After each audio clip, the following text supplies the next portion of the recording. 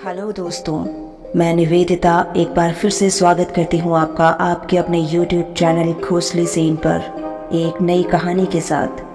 Video में आगे बढ़ने से पहले चैनल को सब्सक्राइब कर लें और बेल आइकन को प्रेस कर दें ताकि आगे आने वाली वीडियोस के नोटिफिकेशंस आप तक सबसे पहले पहुँचें। So without any further delay, let's get into the video.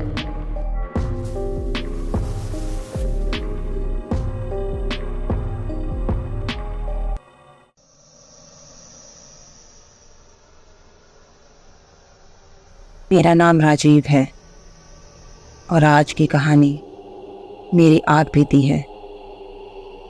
मैं अपने दोस्तों के साथ पिकनिक पर एक झील के किनारे गया हुआ था और रात वहीं गुजारने का प्रोग्राम हमने पहले से तय कर रखा था। इसीलिए साथ में कैंप और लाइट की व्यवस्था भी थी। दोपहर का खाना खाने के बाद मैं अपने कुछ दोस्तों के साथ घूमने निकल गया। घूमते घूमते जब हम काफ़ी थक गए थे तो सोचा कि चलकर झील में नहा लिया जाए। कपड़े उतार कर झील में उतर पड़े तो सोचा कि चलो तैरने की प्रतियोगिता की जाए। और इस तरह सभी दोस्त झील के एक किनारे से दूसरे किनारे की तरफ चल पड़े। काफ़ी लंबे समय तक तैरने का प्रोग्राम चलता रहा और इसी तरह मौज मस्ती करते करते अंधेरा छाने लगा। जब सब दोस्त झील से बाहर निकले तब अंधेरा होने ही वाला था और उस हल्के अंधेरे में झील के दूसरी तरफ पेड़ों के पास कुछ रोशनी दिखाई दी। ऐसा लग रहा था जैसे कहीं आग जल रही हो। सभी ने जाकर देखने का निश्चय किया और झील के ऊपर चक्कर लगाकर पेड़ों के झुरमुट की तरफ चल दिए। जब मैंने पेड़ों के उस पार ध्यान से देखा तो मुझे ज्ञात हुआ कि वहाँ तो शमशान है और कोई चिता जल रही है। जलती हुई चिता देखने के बाद मेरे सभी दोस्त खामोशी से वापस लौट पड़े। शायद जलती चिता देखने का मनोवैज्ञानिक असर हुआ था उन पर, या शायद दिन भर की मेहनत और थकान और शायद भूख भी लग रही हो जिसने सबको खामोशी से चलने के लिए विवश किया। परंतु मुझे यह खामोशी अखरने लगी थी। मुझे कुछ न कुछ बात करने की इच्छा हुई और मैंने अपने दोस्तों को यह कहकर छेड़ना शुरू कर दिया कि वह जलती चिता देखकर डर गए हैं। मेरी छेड़छाड़ के कारण छाई हुई खामोशी दूर होने लगी और दोस्तों के बीच एक भूत प्रेत के बारे में एक तरह की दिलचस्प बहस छिड़ गई। सब दोस्त अपनी अपनी कहानी बता रहे थे, कोई किसी की नहीं सुन रहा था और इसी तरह बक बक करते हुए सभी दोस्त कैंप साइट पर पहुंच गए। यहाँ बहुत सारे काम करने अभी बाकी थे, इसलिए सब व्यस्त हो गए। लेकिन बकबक लगातार जारी रही और यह बकबक उस वक्त तक जारी रही जब तक कि सब अपने अपने कैंप में सोने नहीं चले गए। अब सिर्फ सो जाने का टाइम था, परंतु कभी कभार ही तो पिकनिक का अवसर मिलता है, इसलिए किसी ने भी सोना ज़रूरी नहीं समझा और पुरानी बकबक दोबारा चालू कर दी। जहाँ सब बोल रहे थे और सुन कोई नहीं रहा था। अंत में निश्चय किया गया कि बकबक बंद की जाए और सभी दोस्त बारी बारी से भूतों के बारे में अपने विचार रखें या कोई किस्सा सुनाएं। सभी दोस्तों ने अपने अपने विचार रखे और अधिकतर का विचार था कि भूत वूत होते ही नहीं हैं। यह सिर्फ अंधविश्वास है जिसका इस्तेमाल कुछ चालाक लोग बिजनेस के रूप में करते हैं। इसी तरह के विचार सुनते सुनते मेरा भी नंबर आ गया और अब मुझे अपने विचार रखने थे या कोई किस्सा सुनाना था। शर्त सिर्फ इतनी थी कि किस्से भूत के होने चाहिए। मैंने किस्सा सुनाना शुरू किया भूत का अस्तित्व है या नहीं, यह सवाल अपने आप में बहुत उलझन भरा है। जितनी उत्तेजना इस सवाल से पैदा होती है, वो जवाब सुनकर भी कम नहीं होती। अधिकांश भारतीयों से यदि सवाल किया जाए तो ज़्यादातर निसंकोच यही कहेंगे कि वे भूत के अस्तित्व को मानते ही नहीं। परंतु सवाल अधिकांश लोगों का नहीं, मेरा है। क्या मैं भूत के अस्तित्व को मानता हूँ? और उससे भी रोचक यह है कि क्या मेरी मान्यता से कोई फर्क पड़ता है? मेरे एक दोस्त ने कहा, तुम क्या कहना चाहते हो? मैंने कहा, कुछ समय पहले की अगर बात की जाए तो मेरा जवाब बड़ा ही सामान्य एवं संतोषपरक था। जैसा कि अधिकांश लोग भूत के अस्तित्व को नहीं मानते, उस समय मैं भी नहीं मानता था। ऐसा मशीनी जवाब देकर मैं स्वयं को वैज्ञानिक मान्यता का दावेदार मानता रहा हूं। परंतु क्या मेरे मानने या न मानने से भूत पर कोई फर्क पड़ जाता है? मेरे एक और दोस्त ने कहा, तो अब तुम भूत प्रेत पर यकीन करते हो? मैंने कहा, मुझे पता नहीं। मुख्य रूप से इसे इस तरह देख सकते हैं कि अचानक मैं पृथ्वी को गोल मानने से इनकार कर देता हूँ और पृथ्वी के प्लेट नुमा होने की घोषणा कर देता हूँ। बड़े बड़े वैज्ञानिक अपने तर्कों के साथ मुझे मनाने के प्रयास में लग जाते हैं। उपग्रह से खींची हुई तस्वीरों को देखकर मैं उपग्रह के अस्तित्व को भी नकार देता हूँ। बाकी सारे के सारे तर्क भी नकार देता हूँ। सब वैज्ञानिक हार मान जाते हैं मेरी जिद के सामने। परंतु इससे क्या पृथ्वी प्लेट नुमा हो जाएगी? बिल्कुल नहीं, पृथ्वी तो गोल ही रहेगी। कुछ ऐसा ही भूत के बारे में है। मेरे नकार देने से भूत का होना या नहीं होना प्रभावित नहीं होता। यह तो बस मेरी जिद मात्र है जो मैं उसके अस्तित्व को नकार देता हूँ। मेरे एक और दोस्त ने कहा, तो तुम क्या करने वाले हो? कोई किस्सा या अपने विचार? मैंने कहा, दोस्तों, मैं आज एक नहीं बल्कि तुम्हें 2 किस्से सुनाता हूँ। तो चलो तैयार हो जाओ पहला किस्सा सुनने के लिए। बहुत पुरानी बात है। जब मैं छोटा सा था, एक दिन मैं अचानक डर गया। डर के मारे अंधेरे में सोने से इनकार कर दिया। अकेले कहीं आने जाने से मना कर दिया। खास तौर पर अंधेरे में। माता पिता ने बताया कि भूत काल्पनिक संज्ञा है, वास्तव में भूत नहीं होता। बार बार बताया, लगातार बताया, और आखिर मैंने मान लिया। उन्होंने बताया, परंतु कभी उन्हें साबित करने की ज़रूरत नहीं पड़ी, क्योंकि न तो मैंने उनसे साबित करने के लिए कहा और न ही उनकी जानकारी के सोर्स एवं सत्यता पर कोई सवाल उठाया। बस उन्होंने कहा और मैंने मान लिया। थोड़ा बड़ा होने पर जब स्कूल जाना शुरू किया, वहाँ भी पता चला कि भूत नहीं होता। एक बार फिर से मैंने मान लिया, बिना सोर्स की सत्यता पर सवाल उठाए। बस ऐसे ही माहौल में बड़ा होते होते मैंने यूनिवर्सिटी में कदम रखा।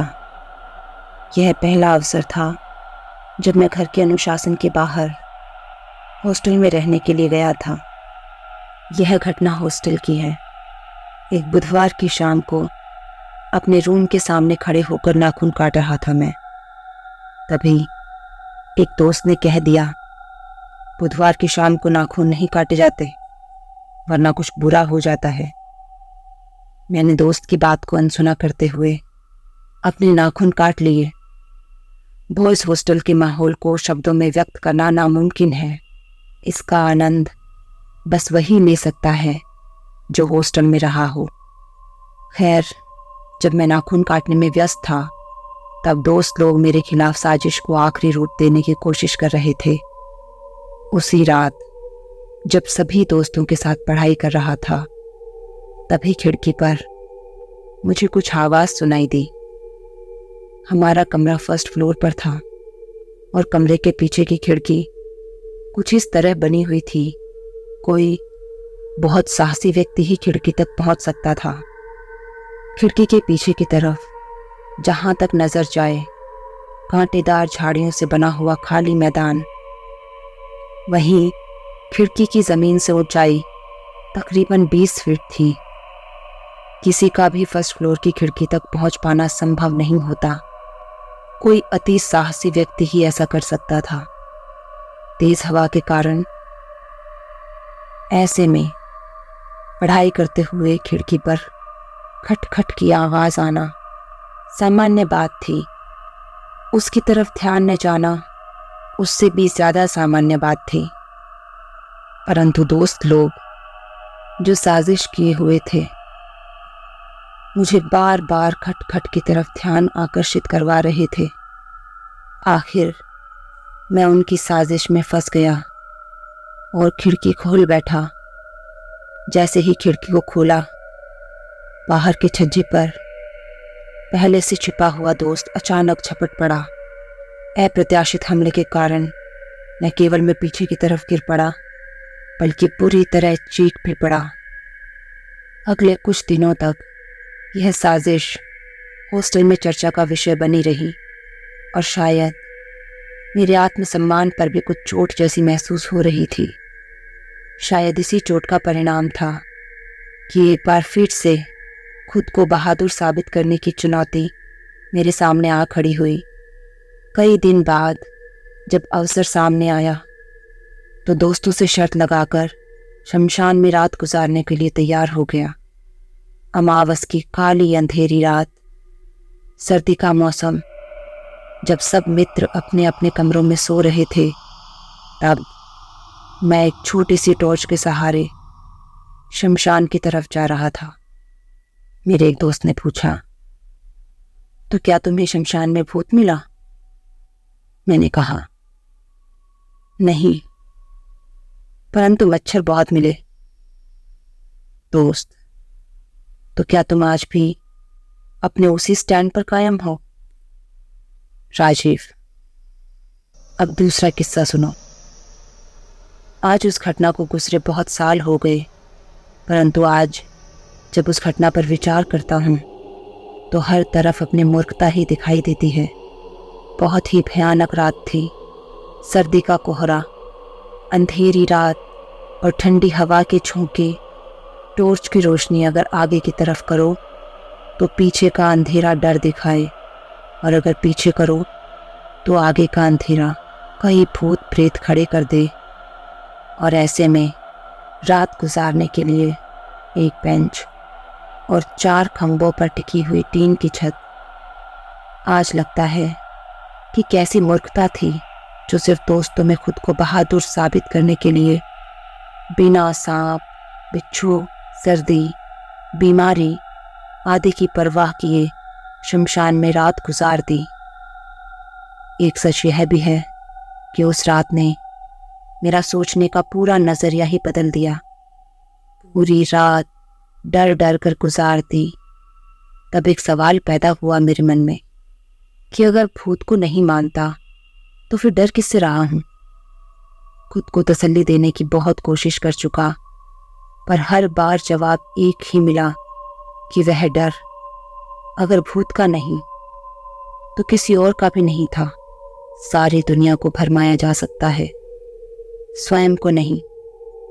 आखिर मानना पड़ा कि मैं कहीं ना कहीं भूत के अस्तित्व को स्वीकार करता हूँ।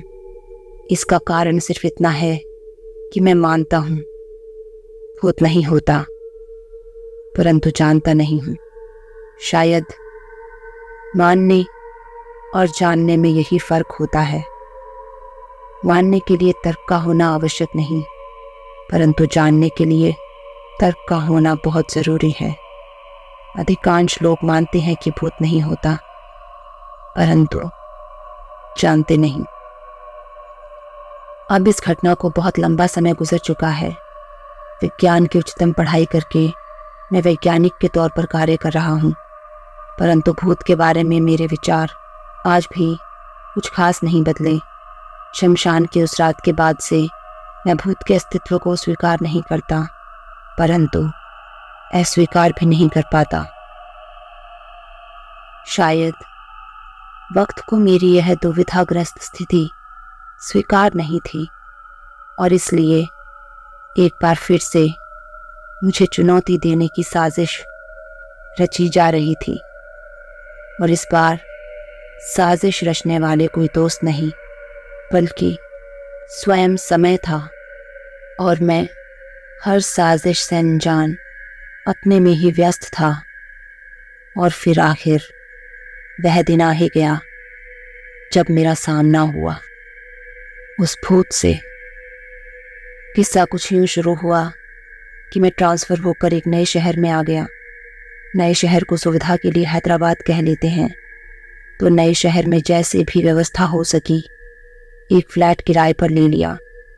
तकरीबन 6 महीने उसी फ्लैट में रहा और आखिर ऑफिस के नज़दीक एक अन्य फ्लैट का इंतज़ाम हो गया और मैं नए फ्लैट में रहने के लिए आ गया। नए फ्लैट में वातावरण बहुत बढ़िया था, परंतु वहाँ आने के तकरीबन 4 महीने के अंदर ही मेरे पिता की मृत्यु हो गई और यहीं से मेरी पूरी लाइफ बदलनी शुरू हो गई। अब मैं फ्लैट में अकेले रह रहा था। अकेले इसलिए क्योंकि पिता की मृत्यु हो चुकी थी और माताजी होम टाउन छोड़ने के लिए तैयार नहीं थी। शादीशुदा था परंतु बच्चे वगैरह नहीं थे, तो सवाल पैदा होता है कि अकेले क्यों? पत्नी तो मेरे साथ होनी चाहिए। तो हुआ यूँ कि मुझे तो नौकरी करनी ही थी और माताजी अभी साथ आने के लिए तैयार नहीं थी और पत्नी माताजी के साथ रहने के लिए तैयार नहीं थी। जैसे तैसे 2 महीने गुजरे। इसके बाद माताजी को साथ लेने के लिए टिकट वगैरह बुक की तो पत्नी ने घर छोड़ दिया क्योंकि माताजी भी साथ आ रही थी। मतलब यह है कि मेरे सामने माँ या पत्नी दोनों में से एक को चुनने का वक्त आ खड़ा हुआ था और हम ठहरे आज़ाद ख्यालों के व्यक्ति सो गुलामी तो करने से रहे, इसलिए पूरी तरह आज़ाद हो गए। गुलामी को हमेशा के लिए दूर कर दिया। पत्नी को निराशा हुई, परंतु वकीलों ने उसे आश्वासन दिया कि कुछ आपराधिक मुकदमे कायम कर देने मात्र से आज़ाद पंछी दोबारा पिंजरे में आ जाएगा। कुल मिलाकर 5 आपराधिक मुकदमे दर्ज कर दिए गए। मैंने 10 साल मुकदमे लड़ते हुए व्यतीत कर दिए, परंतु आज़ाद पंछी दोबारा पिंजरे में नहीं आया। तो पूरा मामला इन्हीं 10 में से शुरुआती 8 सालों का है। अब जैसा कि मैंने बताया, मैं अकेले फ्लैट में रह रहा था। शुरू के 1 साल तक सब ठीक ठाक रहा, कम से कम मुझे तो ऐसा ही लग रहा था। उसके बाद नींद में सपने दिखाई देने लगे। कोई बड़ी बात नहीं, नींद में सपने आते ही हैं। समस्या पैदा हुई जब मुझे एहसास हुआ कि मुझे जो सपने दिखाई दे रहे हैं वो सच हैं। एहसास होने के बाद मैंने सपनों की डायरी में तारीख के साथ लिखना शुरू कर दिया। नतीजा अगले 2-3 महीने में साफ हो गया कि जो भी सपने में मैं देख रहा था वह सब सच हो रहा था। जैसे कि आज कोई सपना देखा तो अगले 15-20 दिन में सच हो जाता। दिखाई दिए सपनों में छोटी छोटी घटनाएं, जैसे कि गाड़ी को चलाना, मोबाइल स्क्रीन टूटना, मेड का छुट्टी कर देना, जैसे कि गाड़ी का एक्सीडेंट, कोर्ट से मुकदमे का नतीजा मेरे खिलाफ आना, माताजी का गंभीर रूप से बीमार हो जाना आदि सब दिखाई दे रहा था और हर सपना सच हो रहा था।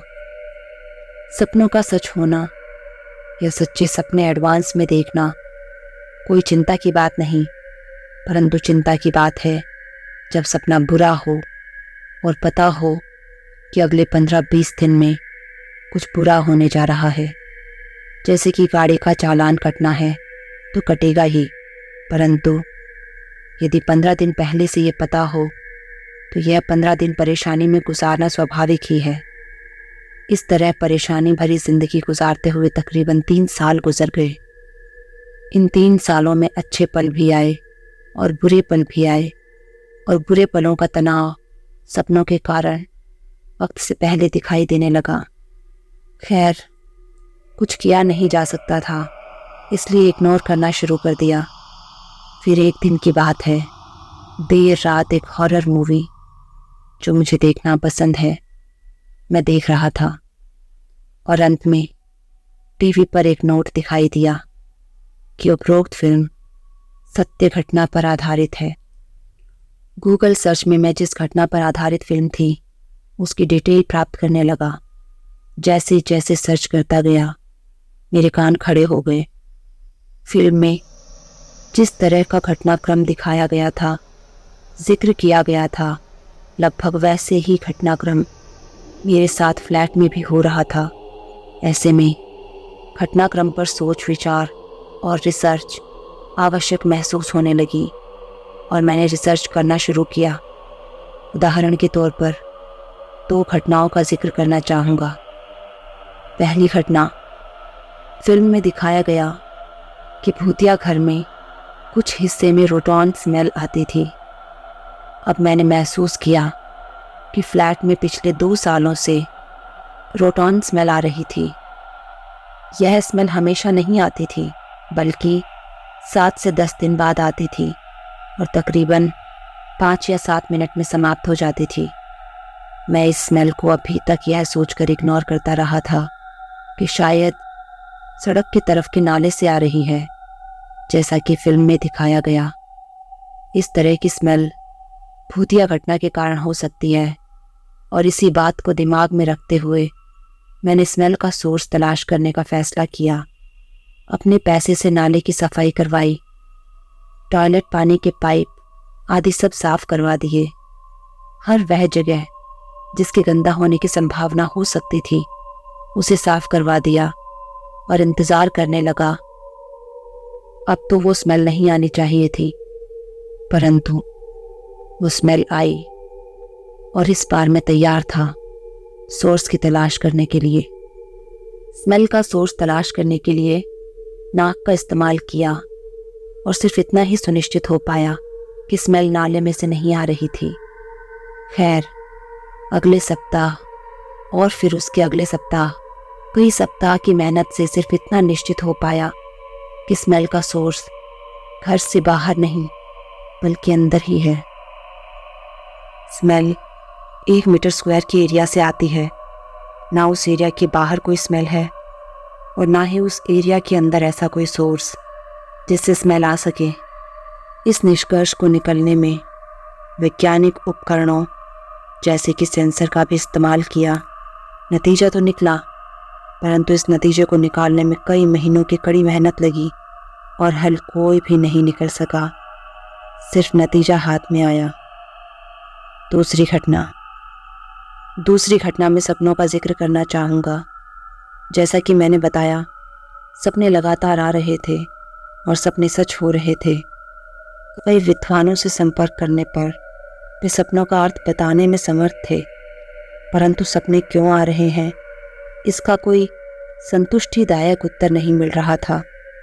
वैसे मेरी नज़र में सपनों का आना कोई महत्व नहीं रखता। महत्व है उनके द्वारा भविष्य दिखाई देने का, जिसका आज भी मेरे पास कोई संतुष्टिदायक उत्तर नहीं है। इसके अलावा भी कई ऐसी घटनाएं हैं जिसका सामान्य तौर पर कोई उत्तर नहीं है, परंतु क्या सिर्फ इसलिए उनको परामानवीय कहा जाना उचित होगा? जब घटनाक्रम से मुक्ति हासिल नहीं हो पाई तो आखिर मैंने निश्चय किया कि उस फ्लैट को छोड़ दिया जाए। हो सकता है कि जगह बदलने से घटनाक्रम से मुक्ति हासिल हो जाए। किराए का फ्लैट था, बदलना मुश्किल नहीं था। इसके बावजूद उस फ्लैट से निकल नहीं पाया। किसी न किसी कारण से फ्लैट बदलने का निश्चय लगभग 2 साल तक टलता रहा। 3 बार तो ऐसा भी हुआ कि मैंने दूसरा फ्लैट फाइनल कर दिया। नए मकान मालिक को कह दिया कि मैं अगले महीने की 1 तारीख से आ रहा हूँ। पुराने मकान मालिक को भी इन्फॉर्म कर दिया। इसके बावजूद फ्लैट नहीं बदल सका। कुछ ना कुछ कारण पैदा हो गया। एक दफ़ा तो नए फ्लैट का एडवांस किराया भी दे आया, इसके बावजूद फ्लैट नहीं बदल पाया। हर घटनाक्रम का अंत होता है। मुकदमे के फैसले का दिन नज़दीक आ रहा था और मेरे दिल में यह बात घर कर चुकी थी कि यह फ्लैट मेरे लिए शुभ नहीं है, या फिर यूँ कहें कि भूतिया है। इसी कारण एक बार फिर से भाग दौड़ शुरू की नए फ्लैट के लिए और आखिर एक फ्लैट निश्चित कर दिया। नया फ्लैट निश्चित करने से पहले की घटना है। नए फ्लैट की तलाश जारी थी, परंतु कहीं ना कहीं निराशा भी थी। इसी निराशा के बीच एक स्वप्न देखा। स्वप्न में मकान मालिक मुझे फ्लैट खाली करने के लिए कह रहा था। इस स्वप्न ने मुझ में जोश भर दिया और अगले ही वीकेंड में मैंने जो भी फ्लैट मुझे दिखाई दिया उसे फाइनल कर दिया। एक सप्ताह और गुजरा और संडे दोपहर का आराम का वक्त था जब फ्लैट का मालिक आ पहुंचा और ठीक वैसा ही उसने कह दिया जैसा कि मैंने अपने सपने में देखा था। अब क्योंकि मैंने नया फ्लैट निश्चित कर लिया था, इसीलिए मैंने महीने के आखिरी सप्ताह में फ्लैट खाली करने का आश्वासन दे दिया। फ्लैट के मालिक ने एक सवाल मेरे सामने रखा जो मुझे चौंकाने के लिए काफ़ी था। फ्लैट के मालिक ने मुझसे पूछा कि क्या मुझे इस फ्लैट में स्वप्न आते हैं, पर मैंने मना कर दिया। फ्लैट में मुझे स्वप्न आते थे, इसके बावजूद मैंने मना कर दिया। मैं नहीं जानता क्यों। महत्वपूर्ण बात सिर्फ इतनी है कि फ्लैट मालिक ने मुझसे यह सवाल क्यों किया। क्या उसे इस बात की जानकारी थी कि उस फ्लैट में स्वप्न आते हैं? मैंने तो कभी किसी से जिक्र नहीं किया। शायद मुझसे पहले जो रह रहा होगा उसे किसी किस्म की समस्या का सामना करना पड़ा हो। खैर, मैंने फ्लैट बदल दिया, परंतु फ्लैट खाली करने से पहले एक आश्चर्यजनक घटना घटी। शुक्रवार की रात थी। टीवी पर फिल्म चल रही थी और बेड पर तकिए के सहारे लेटा हुआ मैं फिल्म देख रहा था। अचानक रॉटन स्मेल आई। मुझे पता था कि यह स्मेल 5 या 7 मिनट रहेगी, परंतु मैंने आदत बना ली थी कि जब ऐसी स्मेल आती मैं रूम फ्रेशनर छिड़क देता। इसी इरादे से मैंने उठने का प्रयास किया। मेरे सामने टीवी था और मेरे पीछे वो अलमीरा जिसमें रूम फ्रेशनर था, तो मुझे रूम फ्रेशनर उठाने के लिए पीछे की तरफ पलटना था और मैंने ऐसा ही किया। मैं लेटे लेटे 180 डिग्री घूम गया। मतलब कि पहले मैं बाएं हाथ के सहारे तकिए पर था, घूमने के बाद दाएं हाथ के सहारे हो गया और जैसे ही मैं घूमा वहीं पर वो मौजूद था। शायद वही जिसे हम भूत कहते हैं। बिल्कुल स्पष्ट आकृति, कोई भ्रम नहीं। मेरे सामने मैं खुद था, ठीक वैसे ही जैसे कि मैं मिरर के सामने खड़ा हूँ और खुद को ही देख रहा हूँ। मेरे सामने मैं खुद खड़ा था।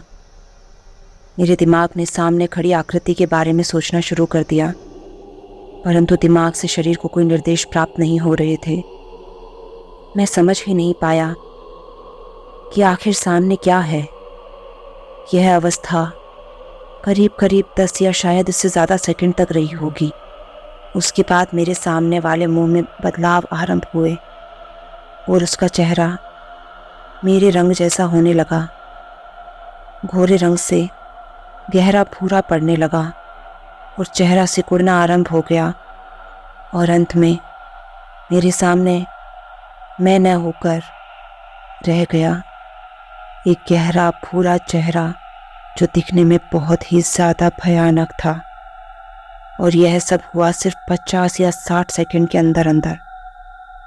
भयानक चेहरे को देखकर मैं डर गया और मैंने अपनी आंखें बंद कर ली। आंखें बंद करने के बाद भी डर दूर नहीं हुआ और लगभग तुरंत ही मैंने आंखें खोल दी, ज़्यादा से ज़्यादा 10 सेकंड के बाद। और जब आंखें खोली तो सामने कुछ नहीं था। अगर कुछ बचा था तो वो रॉटन स्मेल और धुआं। शायद वो आकृति धुएं में बदल गई थी और उस रात में सो पाया या नहीं यह तो मुझे याद नहीं आ रहा, परंतु अगले दिन ही मैंने फ्लैट ज़रूर बदल लिया। महीना ख़त्म होने का इंतज़ार तक नहीं किया। अब नए फ्लैट में मुझे सपने परेशान नहीं करते थे।